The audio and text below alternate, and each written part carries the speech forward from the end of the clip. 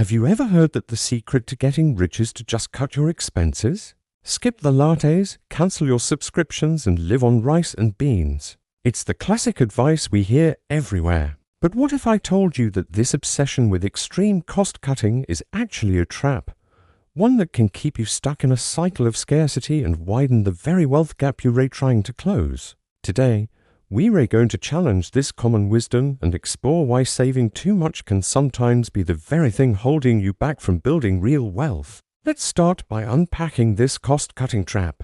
The idea is simple: spend less than you earn and you'll become wealthy. And sure, on the surface, that makes sense. You can't spend your way to riches, but when this morphs into an extreme, fear-based frugality, it becomes counterproductive. You start living with a scarcity mindset where your entire financial world revolves around preventing loss, not creating gain. This is where the trap is set. You become so focused on pinching every penny that you miss the bigger picture. This mindset is amplified by the world around us. Think about social media. On one hand, you have influencers showcasing lavish lifestyles, creating a pressure to keep up that can lead to serious financial strain. You see their curated version of wealth, and it creates completely unrealistic expectations for your own life. On the other hand, you have the frugality gurus who celebrate every dollar saved as a major victory. This creates a different kind of pressure, the fear of missing out on a deal. This FOMO is powerful. It's what drives us to buy things we don't need during a flash sale, just because it's 50% off. It's the feeling that if we don't take advantage of this limited time offer, we're somehow losing money. We end up with a closet full of bargains we never use, all because the scarcity mindset told us we couldn't afford to miss the deal. This hyper-focus on saving has a massive, hidden cost: the cost of missed opportunities. When your primary financial goal is to minimize expenses, you start to see every expenditure as a negative. But the truth is, some of the most important steps toward wealth creation require an initial investment. They require you to spend money. Imagine you're offered a dream job in another city. It comes with a significant pay raise and amazing career growth potential. But the scarcity mindset kicks in. You see the cost of moving, the security deposit on a new apartment, the price of furnishing a new place, and you freeze. The fear of that short-term expense is so great that you turn down a long-term opportunity that could have transformed your financial future. You saved a few $1,000s in the short term, but you missed out on hundreds of thousands in potential lifetime earnings. The same logic applies to investments. Think about the early days of revolutionary technologies. People who invested in companies like Amazon or Apple when they were just starting out took a calculated risk. A person trapped in a scarcity mindset would have seen only the initial outlay, the risk of losing their money. They would have said, "I can't afford to lose this," and they would have missed out on life-changing returns. They were too busy saving pennies to see the opportunity to grow dollars. We need to reframe our thinking. Not all expenses are bad. Some are critical investments in our future. Spending money on a certification, a new skill, or a tool that increases your productivity isn't an expense, it's an investment in your single greatest asset, you. This brings us to the core distinction between an abundance mindset and a scarcity mindset. It's not about being reckless with money. An abundance mindset isn't about ignoring budgets or spending frivolously. It's about seeing the world as full of opportunities for growth, not just risks of loss.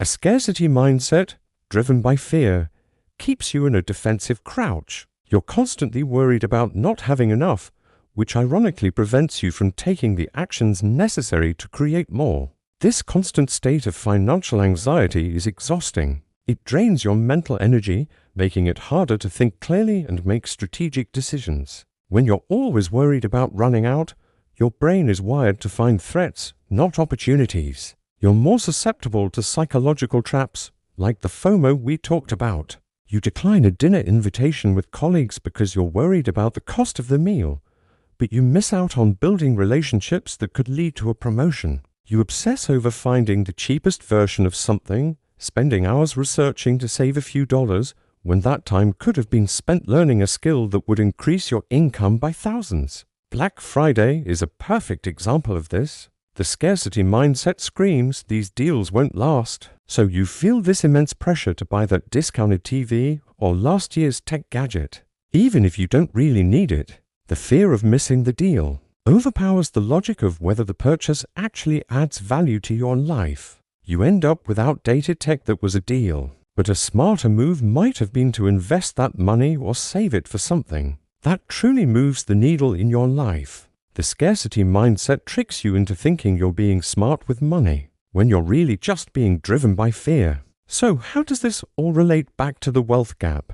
The narrative is often that the wealth gap is purely a structural problem, a game rigged by the rich. And while systemic issues are absolutely real and significant, our personal mindset plays a crucial role in how we navigate that system. If you believe the game is rigged and there's nothing you can do, you adopt a scarcity mindset as a defense mechanism. You focus on hoarding what little you have because you don't believe you can ever get more. This perspective, while understandable, is self-fulfilling.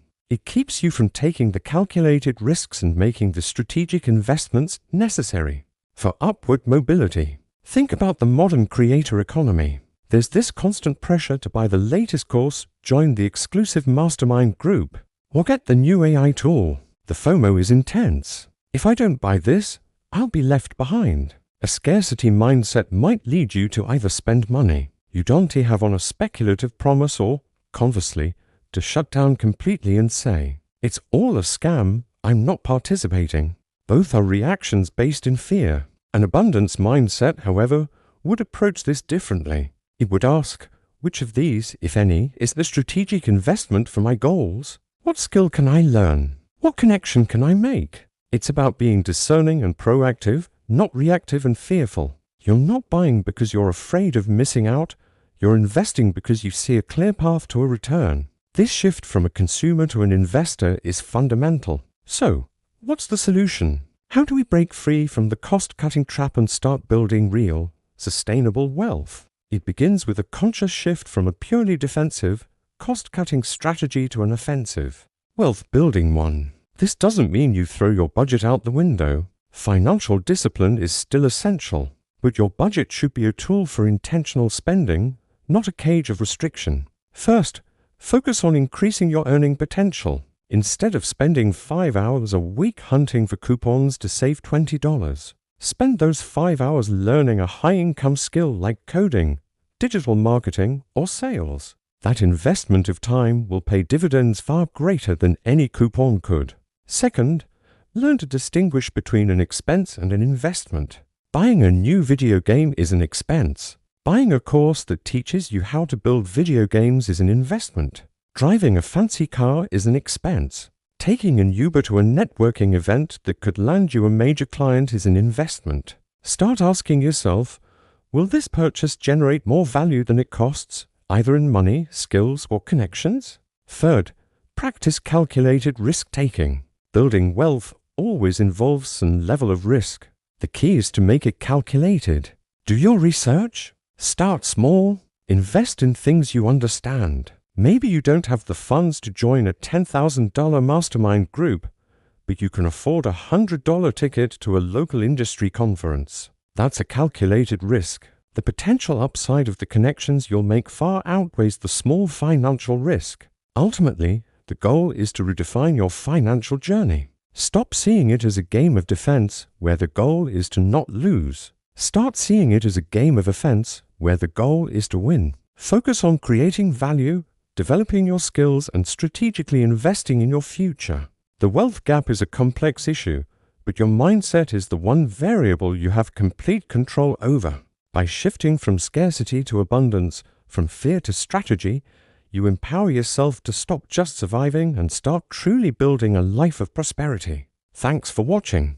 If this perspective resonated with you, hit that like button and subscribe for more content that challenges conventional financial wisdom. Let me know in the comments what you think. Is extreme frugality a trap? I'd love to hear your thoughts. See you in the next one.